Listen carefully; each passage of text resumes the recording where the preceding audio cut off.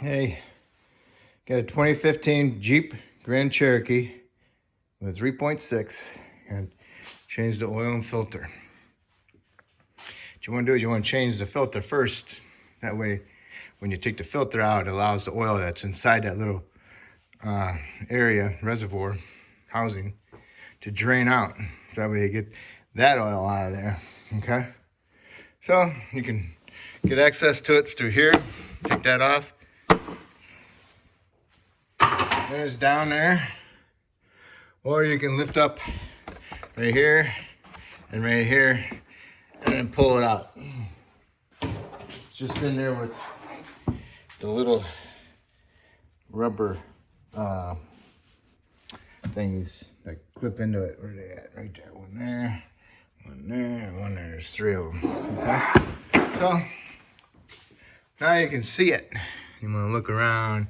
Make sure it's not leaking any oil or anything down inside there. Fuel. Okay, so looks good.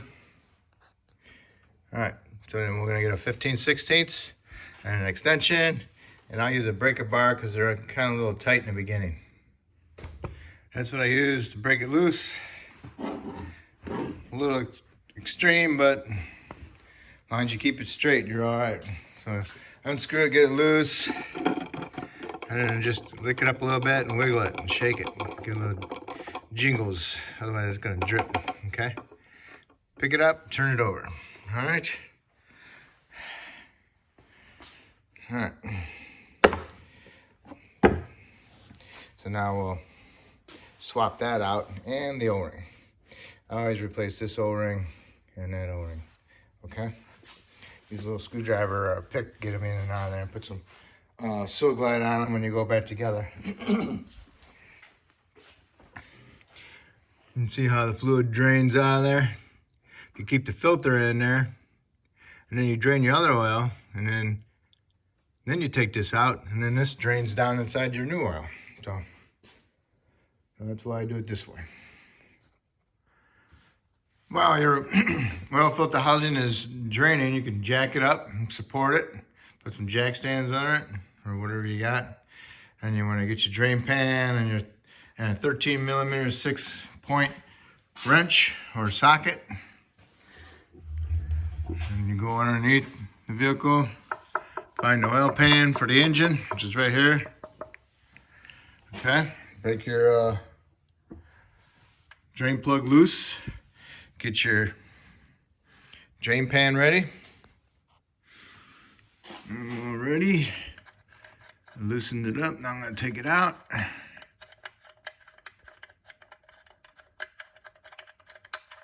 All right, so now it's ready. All right, there we go. So let it drain until it's just got a little stream, okay? While the oil is draining, you want to look at your stabilizer links, see if there's any rust coloring coming out of the boots. And that's the boot, right here and down here. You can also grab it, push it up and down, see if there's any play in it. Look at your ball joints, which is right here. See if you see any rust coming out of those, and also your tie rod ends. For your tie rod ends, you want to grab the wheel at 9 o'clock and 3 o'clock, and one arm pushes and one arm pulls, and just rotate it back and forth. See if you get any play out of your tie rod ends. And then also you might be able to feel some ball joint play that way. So you want to look at both sides.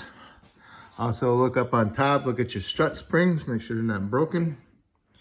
And then look around underneath, see any fluid leaks.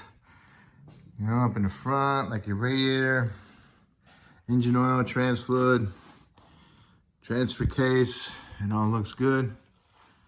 And if you can go through the back, walk around the back, look at your rear springs, make sure they're not broke. Look at your rear stabilizer links, which is right here. Make sure there's no rust coming out of those.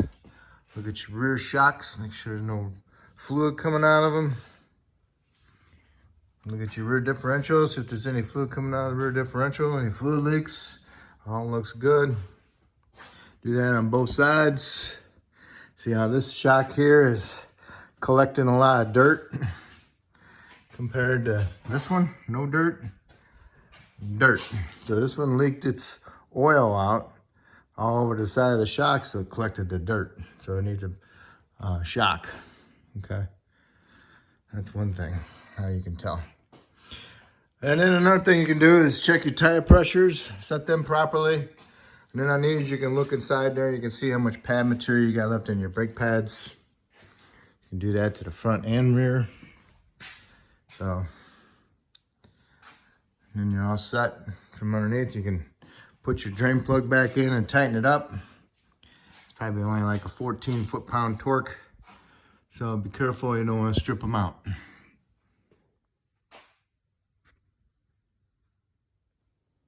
Make sure your drain plug gasket is good. This is part of the drain plug. So if it's cracked, you need to get a new one. So this one looks pretty good. All right, I got my new oil filter. Put my Seal Glide on my new O-ring. I put Seal Glide on that O-ring. And that is actually part of the filter. I thought it was part of the cap. So, okay. Now you just put it in there. Thread tighten it. Okay. And then it tells you on the, should tell you on the cap how much to torque it to. So it says 25 Newton meters. So whatever that may be. Okay. Tighten her up. 25 Newton meters equals 18 foot-pounds. So tighten it up. All right, next thing you do is put your oil in, get yourself a decent funnel.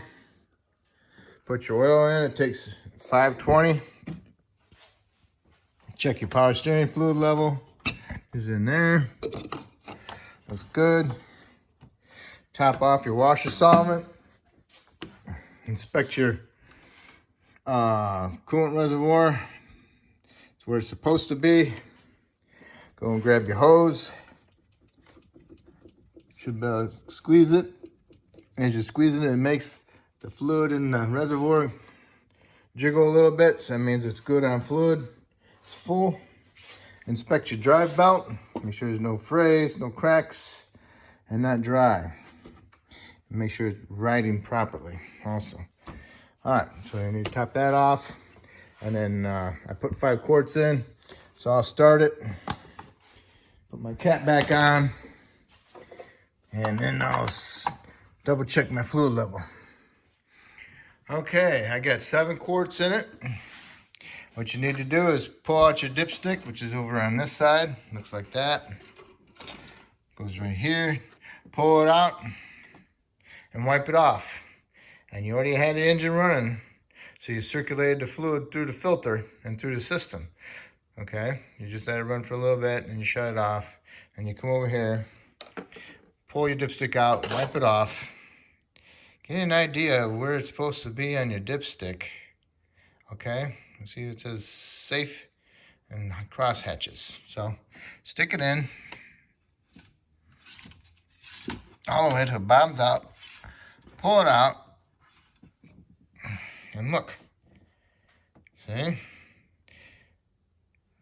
Right at the safe. All right, so we're good.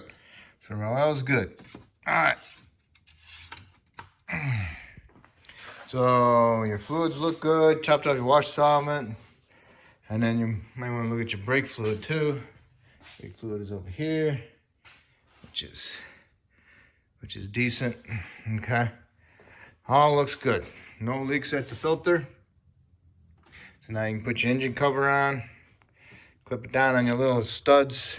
Put a little lube on them so it slips in there really nice. And that's it. And don't forget to put an oil change sticker on it for 3,000 miles. That's what I recommend. And that's it. You are done. If I helped you out with this oil change, and I appreciate it if you'd subscribe to me. If you already have subscribed to me, that's great. And I really appreciate it. And y'all have a good day.